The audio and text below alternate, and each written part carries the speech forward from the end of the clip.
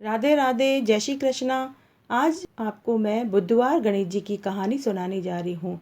अगर आप बुधवार गणेश जी का व्रत करते हैं तो कहानी जरूर सुननी चाहिए। इससे कहानी और व्रत का पूरा फल मिलता है। कहानी सुनने से पहले हमें बोलना चाहिए, सोना की चौकी मोतियों का हार, गणेश जी मेरे जीव का आधार। यह 5 बार बोलना है। उसके बाद बोलना है गणेश जी के 5 नाम, गणेश जी गणेश जी गणेश जी गणेश जी गणेश जी। उसके बाद हम कहानी सुनेंगे।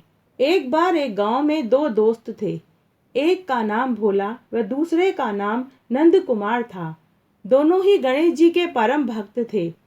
हर बुधवार का व्रत व पूजन किया करते थे। हमेशा की तरह एक दिन दोनों मेहनत मजदूरी करने गांव से शहर में जा रहे थे। जंगल में गणेश जी का मंदिर था। वो दर्शन करके ही शहर में जाते थे। उस दिन भी वो मंदिर में दर्शन करने गए तो थोड़ी देर वहीं बैठ गए। तभी वहां आकाशवाणी हुई। भगवान ने कहा कि बस तुम दोनों के भक्ति भाव से मैं बहुत प्रसन्न हूँ। मैं तुम्हें एक एक लकड़ी दे रहा हूँ। तुम दोनों उस लकड़ी को किसी भी लकड़ी से छुओगे तो वह सोने और हीरे की हो जाएगी। इससे तुम लोगों की भलाई करना, कोई गलत काम मत करना। अगर तुम दोनों उस लकड़ी का प्रयोग गलत काम में करोगे तो वह लकड़ी अपने आप गायब हो जाएगी। तुम्हारी 108 गलतियां मैं माफ करूंगा। उसके बाद वह लकड़ी गायब हो जाएगी। तभी उन दोनों के सामने एक एक लकड़ी आ गई। दोनों बहुत खुश हुए और भगवान को प्रणाम करके मंदिर से बाहर आ गए। तब उन दोनों ने शहर मेहनत मजदूरी करने न जाने का निश्चय किया। दोनों अपने अपने घर आ गए। भोला बहुत सीधा साधा था। उसके 2 बेटे और 2 बेटियां थी। एक बूढ़ी माँ और पत्नी सुशीला थी। पत्नी सुशीला ने पूछा कि आज आप इतनी जल्दी कैसे आ गए। तो भोला ने उसे पूरी बात बताई और यह भी बताया कि अगर इस लकड़ी की कमाई को गलत काम में लगाएंगे तो लकड़ी गायब हो जाएगी। भोला ने लकड़ी से दूसरी लकड़ी को छुआ तो दूसरी लकड़ी सोने की हो गई। भोला ने उसे बेचकर उन पैसों को भलाई के काम में लगाना शुरू कर दिया, जैसे पाठशाला खुलवाना, बावड़ी कुआं तालाब बनवाना, अनाथ आश्रम खुलवाना, विधवा आश्रम खुलवाना, गरीब घर की लड़कियों की शादी करवाना, अस्पताल खुलवाना। कई कार्य किए, लेकिन उन पैसों का गलत प्रयोग कभी भी नहीं किया। भोला की पत्नी ने एक बार कहा था कि हम घर बनवा लेते हैं, जेवर बनवा लेते हैं, बच्चों को अच्छे स्कूल में भी भेज देते हैं, लेकिन भोला ने इन सभी कामों को करने से मना कर दिया। भोला का नाम दानदाताओं की लिस्ट में सबसे ऊपर गिना जाने लगा। उधर दूसरी तरफ नंद कुमार को जो लकड़ी मिली, वो उस लकड़ी से किसी भी लकड़ी को छूता तो वह हीरे की बन जाती। नंद कुमार के मन में लालच आ गया। उसने उस कमाई का गलत प्रयोग करने लगा। उसने अच्छे से अच्छा अपना मकान बनवाया, जमीनें खरीदी, पत्नी को जेवर और कपड़े बनवाए, बच्चों को अंग्रेजी माध्यम स्कूल में डाला। इसके अलावा वह लोगों को उधार पैसा ब्याज पर देने लगा। जुआ, शराब पार्टियां, इनमें पैसा खर्च करने लगा। नंद कुमार ने अपना नाम भी एनके रख लिया। अब एनके का नाम सट्टा व्यापारियों में गिना जाने लगा। जब एनके की 108 गलतियां हो गई तो एक रात भगवान की दी हुई लकड़ी अपने आप गायब हो गई। जब सुबह एनके सोकर उठा तो उसे लकड़ी कहीं दिखाई नहीं दी। उसने पूरे घर में तलाश की, लेकिन लकड़ी कहीं नहीं मिली। वह भागा भागा अपने दोस्त के घर गया। वो क्या देखता है कि वह आज भी 2 कमरों के मकान में रह रहा है। भोला ने न तो मकान नया बनवाया और न ही उसने अपने बच्चों को अच्छे स्कूल में डाला।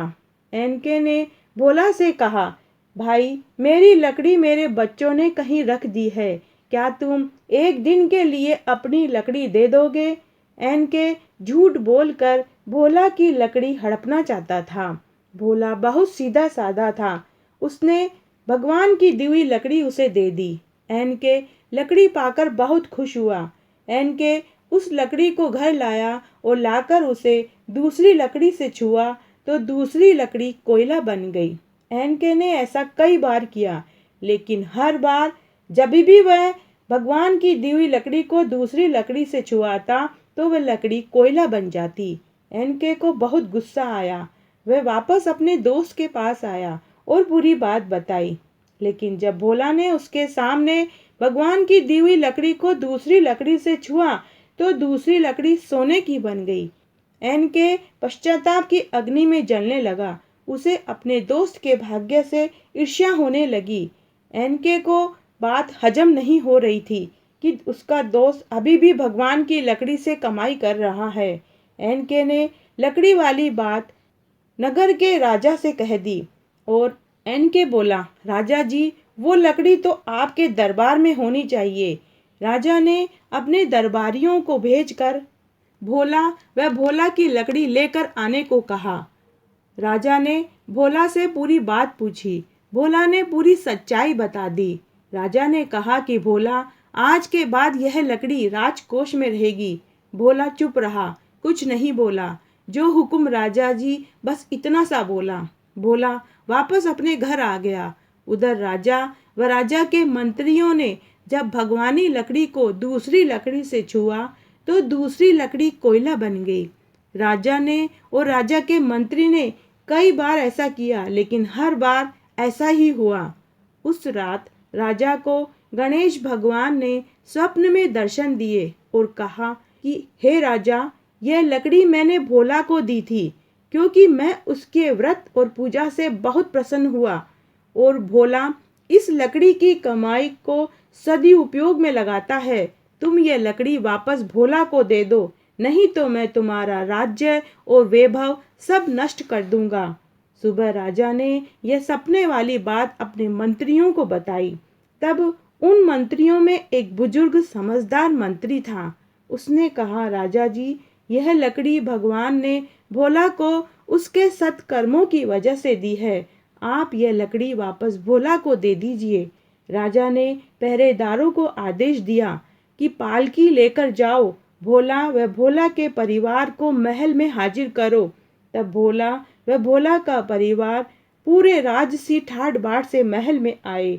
राजा ने भोला को उसकी लकड़ी वापस दे दी। इसके अलावा खूब सारा धन दौलत व मान सम्मान भी दिया और एनके को कठोर कारावास मिला। तो हे भगवान, जैसे आप भोला के ऊपर प्रसन्न हुए वैसे सबके ऊपर होना। कहने वाले को, सुनने वाले को और हुकारा देने वाले को। घटती हो तो पूरी हो, पूरी हो तो परवान चढ़े, भूले बिसरे नाम तेरे भंडार में भरे।